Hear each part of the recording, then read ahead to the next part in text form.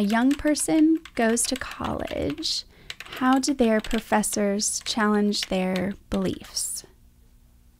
Their first days at the university, they quickly realize they're not in Sunday school class anymore. There are certain things that they need to know about in terms of defending their faith.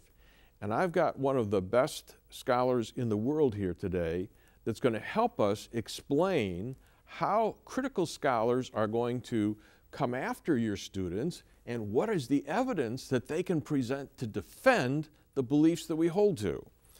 My guest is Dr. Darrell Bock. He's one of the leading historical Jesus scholars in our country, one of the world's foremost authorities on the Gospel of Luke and the book of Acts. He's senior research professor of New Testament studies at Dallas Theological Seminary.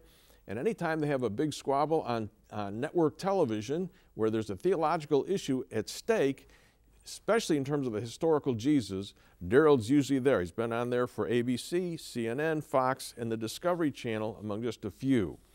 Now, Darrell, I want you to explain what is happening when these students enter class those first days, and what's the evidence that they can use to answer the questions? How do they argue?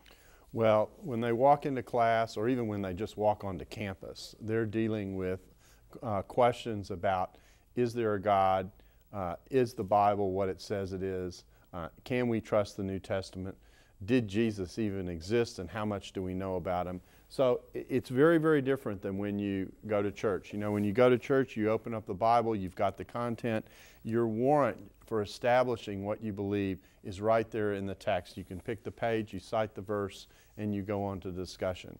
What's happening in the universities is that these pages, in effect, they aren't being ripped out, but they have to be put in, if you will. They're all being challenged. They're all being challenged. And so the question is, how do you know Jesus really said that? How do you know those books belong to the authors that they're claimed to belong to? How do you know that what is said here really reflects what happened in the first century? And you can't answer that question by simply saying, well, the Bible says it, because the Bible has gone from being the answer to being the question.